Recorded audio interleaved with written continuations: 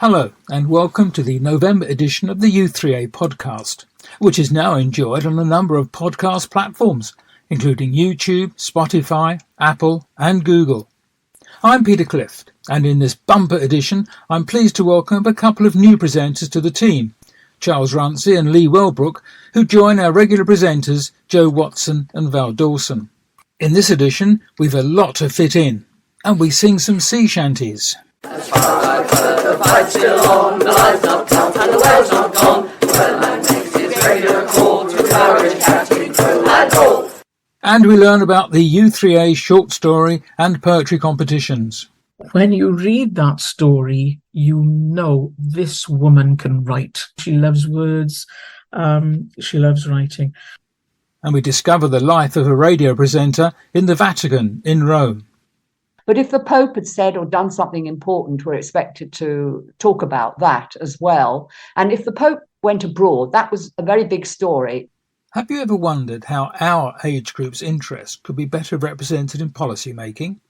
One solution is an older people's commissioner, and both Wales and Northern Ireland already have one in place. Wales, in fact, were the first country in the world to take this initiative, and their commissioner, Helena Herklots, having spent her life in this sector, has been talking to Jo Watson about what the job entails. It's an independent role set out in law, with its core remit being to protect and promote the rights of older people.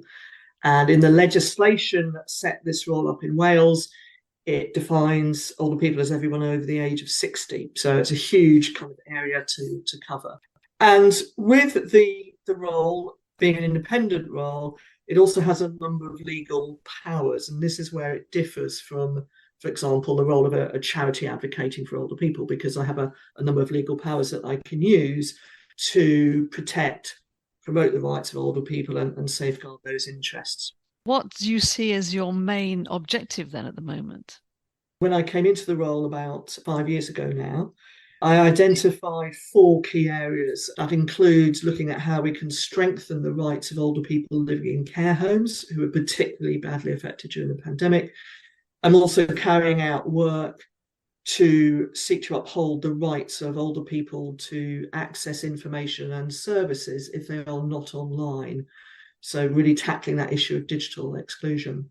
The second priority is to tackle ageism and age discrimination. So that's very much about the way in which people think and feel and act towards other people based on their age. And we know that Wales, the UK, like the rest of most of the world, holds a lot of ageist views. The World Health Organization's estimate is that 1 in 2 people worldwide hold ageist views against older people. And that we see that in the negative terminology and narrative, older people as a burden, for example. And we also see that then in the way in which older people might struggle to access particular services, for example, services to support mental health. The third area I'm working on is a focus on people who are particularly vulnerable. That is, people who are at risk of or experiencing abuse. So that may be domestic violence, sexual violence, financial abuse, for example. And my final area of priority is about enabling everyone to age well. That lovely expression about adding life to years, not just years to our life. And that includes work, for example, on trying to improve old people's incomes, particularly during the cost of living crisis, improving access to GPs, for example, and also really leading the development in Wales of age-friendly communities. In other words, places where we can get out and about and do the things that matter to us as we get older.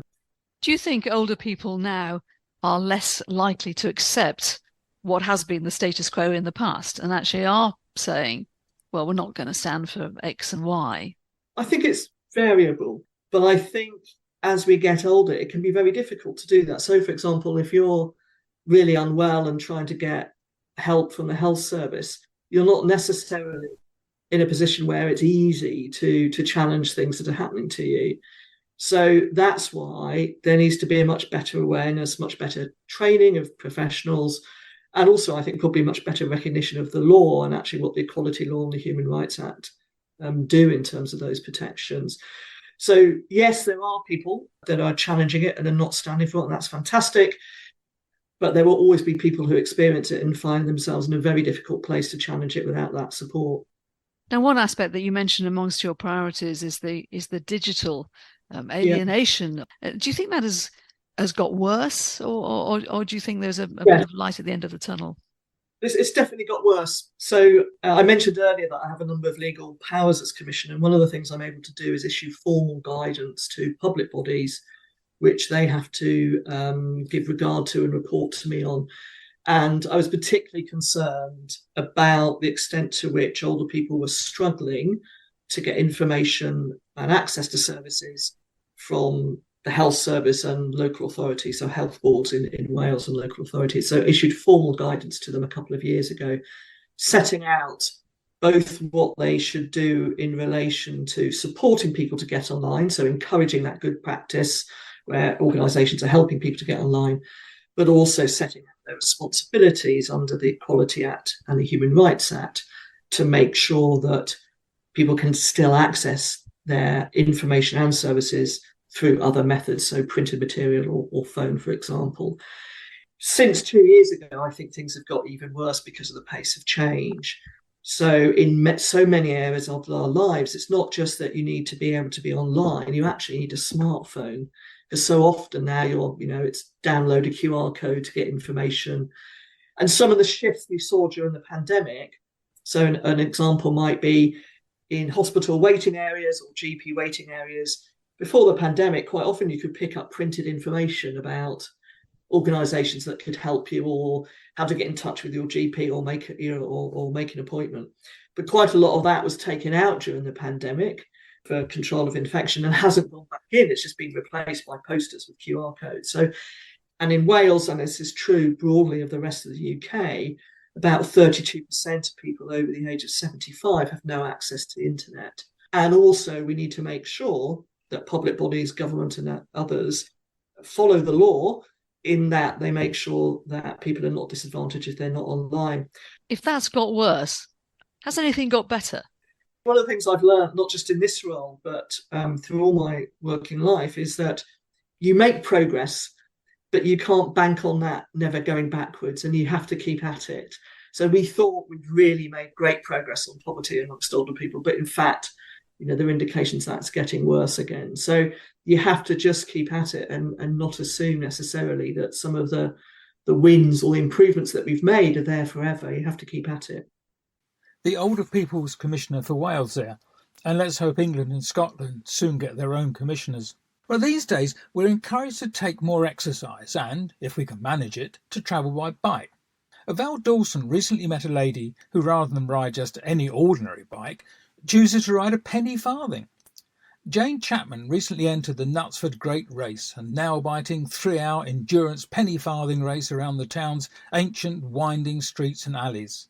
Val already knew that Jane rode horses, but was intrigued to find out why she was riding a penny farthing. Now, I'm used to seeing you riding horses, and I'm used to seeing you riding shires, gorgeous shires. But now, change of gear, I should say, and you were on a penny farthing. Why? Yeah, I'm not sure which is safer, Val. Is it the horses? Is it the penny farthing? Well, I was lucky enough to take part in the 2010 penny farthing race. And I went on a local team, and I just thought, this is so much fun. It's such a momentous occasion for Knutsford, and I really wanted to be involved, so with lots of help from lots of people, because obviously the race was going to be in 2020. In 2019, I purchased a penny farthing with a lot of help from our volunteers here.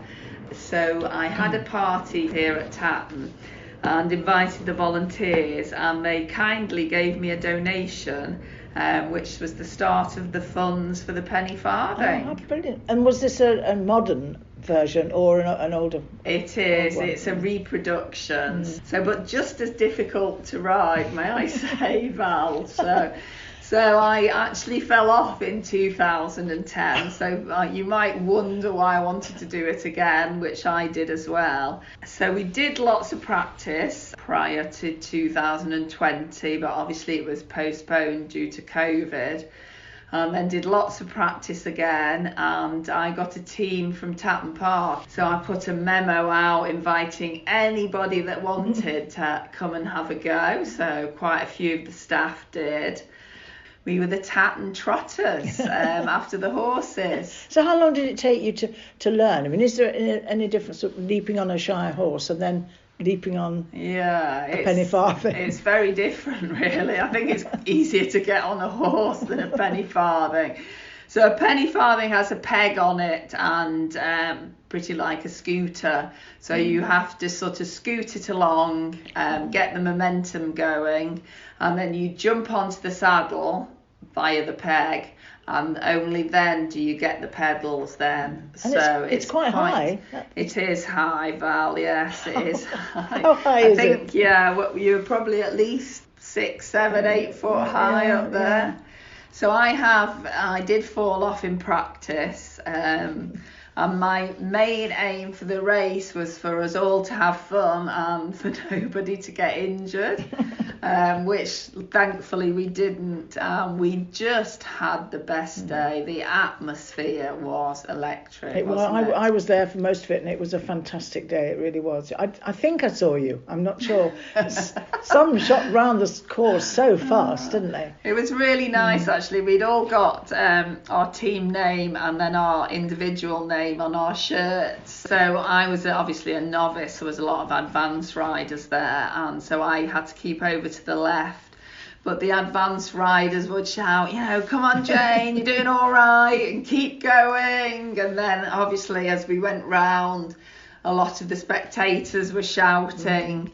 And we were really proud, actually, because I'm not sure whether you know, there was 108 riders. Yeah, I didn't realise that till the end, yes. But there was only 7 of those that were lady riders. Yes. So for us to have 2 out of the 7 was quite incredible, really. And it gives me goosebumps, really, talking about it. We've lived off it for a long time already. We love to tell the stories of taking part. It was just fantastic. How many laps did you do? Because there was a prize, wasn't there, for the most laps completed? Well, our team, so we all had the same bike, so we kept swapping riders. I think we did about 40 laps between us. That's brilliant. Which isn't bad. Nowhere near the winner who I think did 77 laps on their own, which was so impressive. But we weren't there to win. We were just there to soak up the atmosphere. I'd enjoyed it so much in 2010 that I wanted to share this experience, really. And I'd said to the guys on the team, just enjoy it, soak it up, and stay safe. That's absolutely marvellous. So how did you feel at the end of it? Did you just want to leap into a bath with a bottle of wine? We were very, very warm, I have to say. We did have some rain, didn't we, Val? Little bit at the end, yeah. It was very, very warm on the day, and we certainly did have a well-deserved glass of wine at the end. And I have to say, we went into the pub, and we were treated like heroes. So we were at the bar, and somebody came up and said, "Have you ridden in the race?" And put those drinks on my tab. Yeah, excellent. I certainly hope to do it again. I think they're talking about bringing it forward to 2030. I believe so. Yes, excellent. That's really good. And did you work the next day, or did you have a day off? I did have a day off, which good. was lovely. I had a nice relaxing day. But the other competitors made it, I have to say, it was nice to talk to the foreign riders. I spoke to the gentleman that had come from Belgium. He'd driven over, because I said, "How'd you get your penny farthing over?" Yeah. But he'd come in the car. He'd done really well. He came 9th, and it's just a fabulous event. You've never seen it, you must. Well, I don't know about you, but I feel the need to get the embrocation out, just listening to that. I think you need nerves of steel just to try and climb onto a penny farthing, let alone race one. Val Dawson there with the very brave Jane Chapman. Now, there's no time to take a breath. We're off to enjoy some rousing singing now. Some new groups are an immediate hit with potential members, and that's the case in Hayling Island. As team leader John Cushion explained to Joanne Watson, he had a fancy for sea shanties, and so it seemed did many of the islanders. I was interested in shanty singing for some time. I was interested in joining a choir, really, but my voice isn't good enough. So looking at shanty singing, I thought, well, you don't really need a great voice to do it. Everybody joins in. And with it being a U3A, most of the people are, well, going to be retired or semi-retired and of age, shall we say. And everybody joins in just for fun rather than it be a more serious situation. I joined a group over at a local town in Emsworth, just up from Hayling Island, got the idea from them how they were going.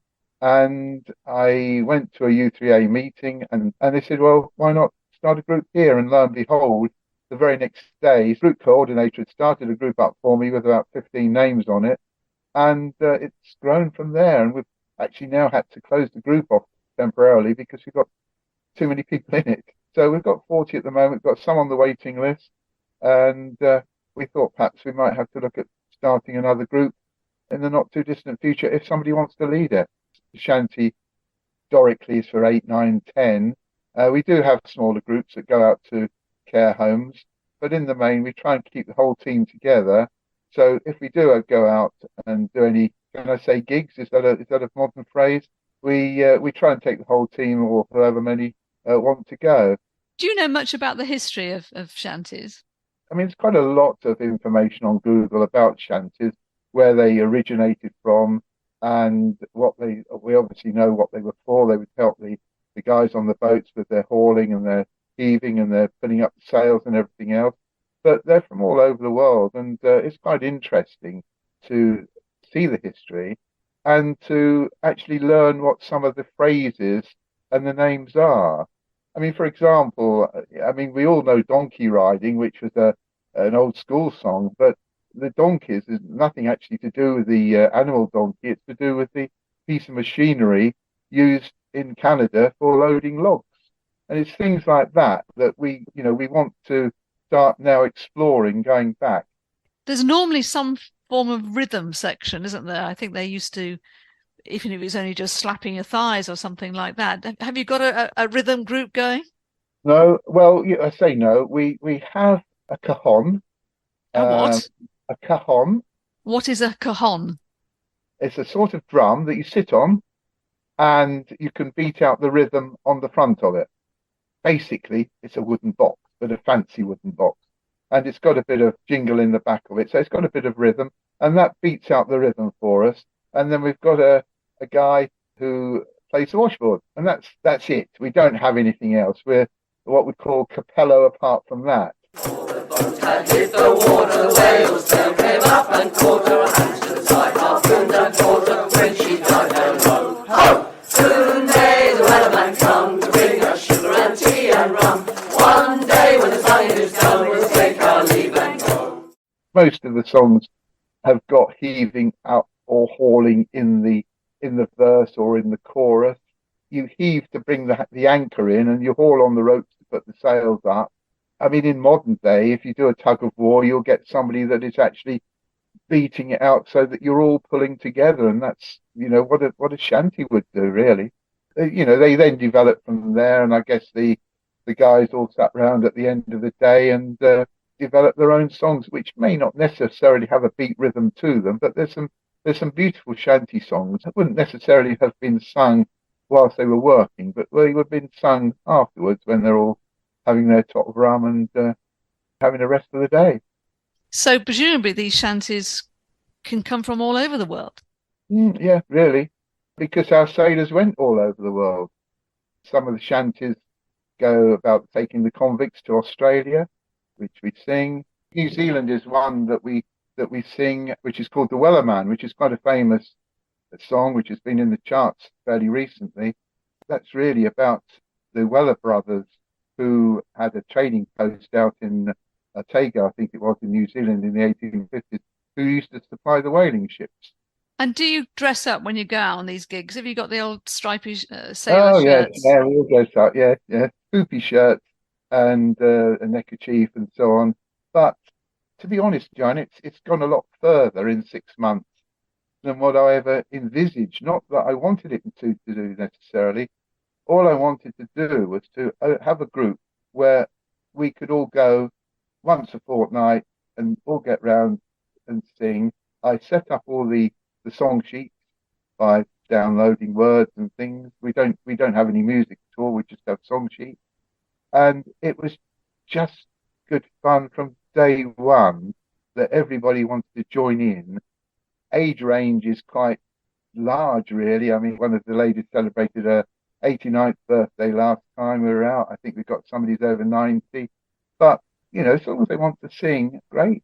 Soon may the wellerman come to bring us sugar and tea and rum. One day when the tonguing is done, we'll take our leave and The Hayling Island u3a Sea Shanty Group. Interest groups are the backbone of u3as nationally, and a popular group in almost every u3a in the country is the story writing group. Writing is so popular that there's a national u3a short story competition every year. One of the judges of the competition is Mercia Humphreys, who is the u3a's subject advisor for creative writing. Lee Welbrook met Mercia and began by asking her how the competition got started. The first competition that started was what tends to be called the short story competition. First of all, I must say that the competition is open not only to u3a writing group members, but to any u3a member. And the pattern is that it launches in April each year, with a deadline for entries in June. And eventually the results are announced in September at what we call the Star Awards evening. And that's a get-together on Zoom for the winners, the judges, the organisers. People can write up to 1,500 words. And there's usually a theme given. Last year's theme was openings. This year's theme was decisions. The poetry competition I'm less familiar with, but again, that's open to any u3a member. And it will be launched for this year on the 8th of November. And people will be able to see that launch on the u3a national website. They will be able to write up to 16 lines of poetry. 16 is the maximum. And the results for that one will be issued in April of 2024.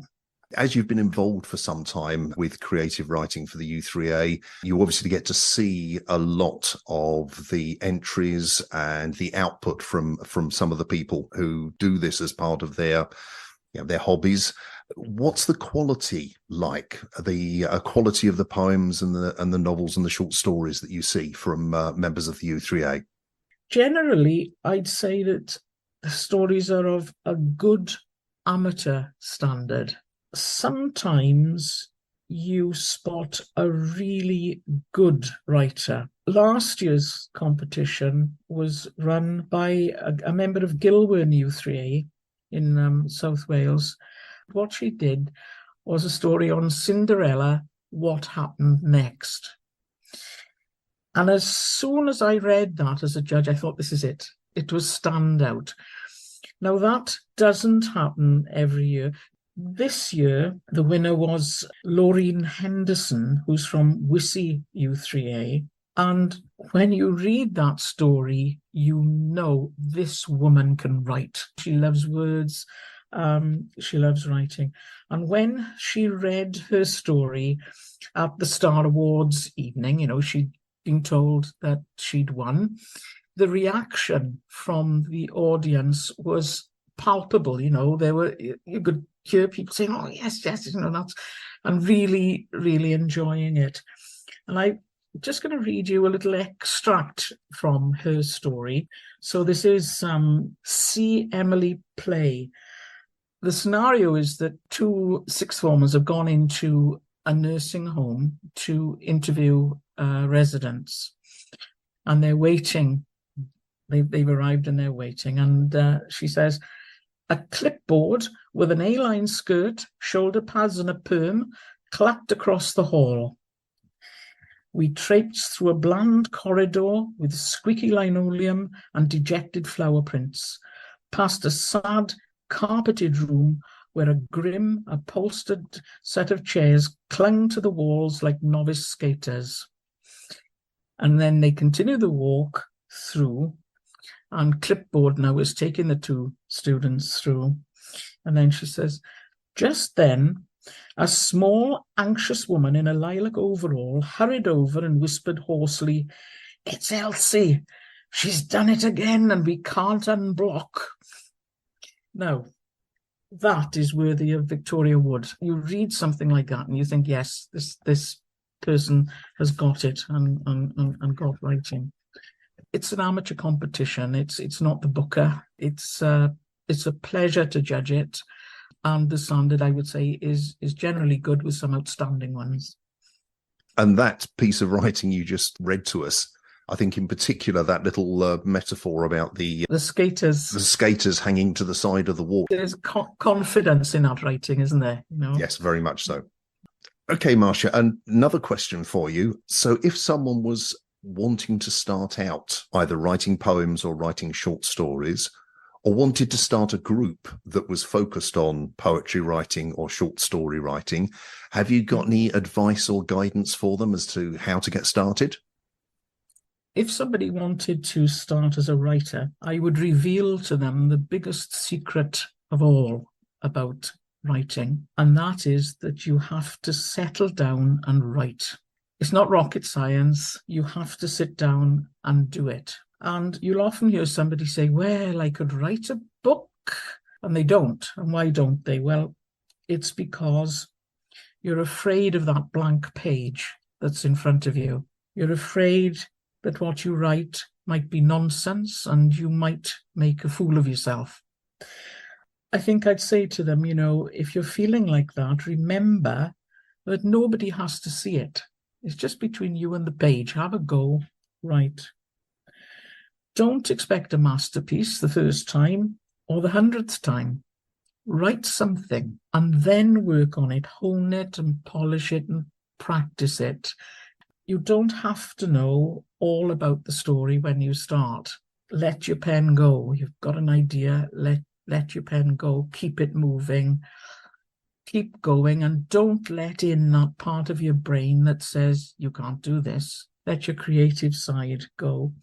I came across a poem by W.B. Yeats, and the title of it, and the first line is, "All things can tempt me from this craft of verse." So settle down and start. And I would definitely say join a writing group if you can. It gives you that discipline that every fortnight you have to try to come up with something. And so it gets you going, gets you away from thinking, well, I could write if I wanted to, but you don't do it, to, yes, I've got the meeting coming up, I'd better come up with something.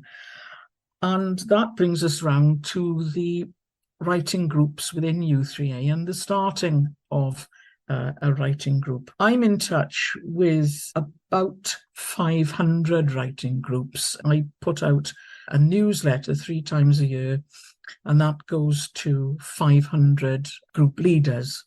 But 500 is only part, not every group wants my newsletter. There are groups that I don't know about, and there is usually a group for you to join. But if you're in a position of thinking of starting a group, the best thing you can do really is to look at the U3A website at my subject advisor page, and there is a step-by-step guide on there to what you do. And it starts off with things like you speak to your committee and see if they are willing to foster a group and whether they'd be willing to find premises for you or what the setup would be. My predecessor as creative writing advisor, Maggie Smith, who at 92 is still going strong and is active in U3A, she produced a booklet for U3A writers, which is called the Creative Writing Handbook. And you can download that handbook free of charge from my subject advisor page. And lots of groups have started off by using that and by working through it and the simple exercises that are in it. Thank you, Marcia. That was got some very, very good advice in there. So thank you for all that. If we could just wrap up with a reminder that the poetry competition is starting in November. That's right, the 8th of November, up to 16 lines, and the results will be in April 2024. Marcia Humphreys there. And just to repeat those details of the poetry writing competition, submit a poem of up to 16 lines. And remember, the competition is now open, so if you want to enter, then go ahead. Full details are on the u3a website. I said it was a bumper edition. We've been on a penny farthing, sung some sea shanties and been encouraged to do some creative writing. But it's not over yet. We're off to the Vatican now, in the company of London-based journalist Susie Hodges. When marriage took her to Rome in the mid-80s, she ended up working for the English service of Vatican Radio for many years. Vatican Radio broadcasts around the world in over 40 languages, with news and events concerning the Pope and the Catholic Church. Charles Runcie caught up with her and asked her what was her role back then to begin with. Well, I did various roles in my time there, but I started off being one of the journalists and presenters for a live news broadcast. That was primarily international news, but if the Pope had said or done something important, we're expected to talk about that as well. And if the Pope went abroad, that was a very big story. And at that point, our broadcast, at least 50% of the content was dedicated to the overseas visit. You must have covered some quite big stories during your long time there. What are some of the most memorable ones? Oh, definitely. When the Pope died and there was the conclave to elect a successor. I mean, that was when the eyes of the world, well, certainly the media, were trained on Vatican City. And so those were fascinating. And I think the first conclave that I was there for was in 2005.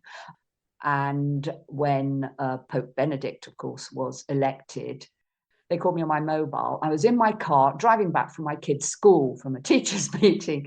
And they said, Susie, have you seen that the white smoke is coming out of the Sistine Chapel? And I said, yes, I've just been hearing it. I'm listening to it on the radio myself. And they said, well, can we do an interview with you in 10 minutes? And I said, well, I'm not actually at St. Peter's Square. And when the white smoke comes out, everybody, especially the press, dashes to St. Peter's Square because they then want to wait around for when the new Pope comes out and it's announced, Habemus Papam and all that, and this amazing ritual. And I said, but I'm just outside Rome. I'm heading home in my car, so I'm not there. And they said, oh, no, it doesn't matter. So we arranged to have, a live interview, a Q&A as they call it, in 10 minutes time. Meanwhile, I get stuck in traffic and I realize I'm not going to get home in time. So I pull in by a lay-by just by a small church, about a mile from my home.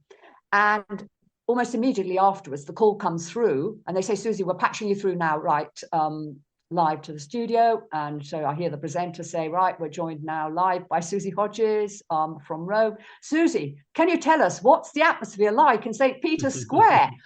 I think to myself, they haven't obviously told the presenter, so I'll have to wing it. Oh, amazing. It's scenes of jubilation. Everybody's cheering, so happy. It's wonderful. And I just sort of wing my way through it. You can get away with it with radio, but of course I couldn't in TV. Susie, I imagine the next time that the Pope's change was probably the biggest story you covered. That was the resignation of Pope Benedict, which was so unusual. It was absolutely a bombshell. There's no other word to describe it. And even we who worked inside the Vatican had no inkling of it. It literally came out of the blue. And on that particular day, I wasn't actually working. It was my off day. So I was at home and I suddenly got a call from the BBC World Services, I recollect. And they were saying, Susie, what do you know about Pope Benedict's resignation? Can we do an interview? And I said, I know nothing about it. And I said, can you call me back in about 5-10 minutes? I'll find out a bit more. So they agreed to do that. So I quickly get onto the phone to my office and they say, yes, he's just announced it in Latin. And, I could tell from my colleague's voice that they're absolutely gobsmacked, like we all are. And so I frantically start to Google and find out when, a previous pope resigned. And of course, it went back centuries, it is almost unprecedented. But we don't know why he resigned, apart from saying he no longer felt he was able to carry the weight of the papacy. But it was an amazing story. Obviously, Vatican Radio will do a lot of stuff to do with the Pope and the Catholic Church. But did you do any other stories of interest and anything that might not be connected with the Church or with the Vatican? Well, I mean, we covered stories from all over the world, a lot of human rights stories about refugees, poverty, a lot of interviews with charitable organizations. And occasionally we got, the chance, as we once did in 2017, to meet British royalty because they happened to be on a visit to Rome. And so we were invited to a function at a Catholic seminary, if you like, in Rome. And so we were all invited there and told what to do and what to say and what not to say. And so we met the then Prince Charles, of course, is now king. And, he was very charming. And I remember him asking me, how Vatican Radio started. So I told him it had been started by Guglielmo Marconi, the inventor of wireless. And its first broadcast was in 1931. Finally, in a digital age where, hundreds of stations are streamed all over the world, how influential is the service that's provided from the Vatican in 2023? Well, that's a difficult question to answer. Obviously, Vatican Radio has had to reinvent itself a bit for the digital age. It's, had a website now for, I can't remember. It's had a website now for many years, and it's now a sort of multimedia portal. It also changed the name of Vatican Radio to Vatican News, although it's still often known as Vatican Radio, and that wasn't very popular with some people. It has a long history, and I think in some ways you might say its heyday was in the past in terms of the fact that it did some very interesting things. I don't think many people know that during the Second World War, it broadcast over 1.5 million messages from prisoners of war and refugees to try to reunite them with their families.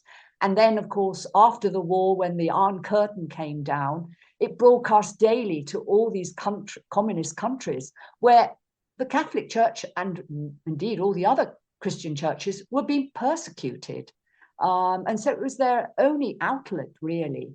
And so there was enormous gratitude for that and what it did. Susie Hodges there. And you can see and hear live programming from Vatican News online anytime at www.vaticannews.va. That's www.vaticannews.va. I do hope you've enjoyed this edition of the u3a Radio podcast, and please mention the podcast to your friends who may not have heard it yet. Remember, we love to hear your stories, so do please keep them coming in. It can be something you've done, an interesting group you've started, a trip of a lifetime, or an unusual career. Just contact communications@u3a.org.uk.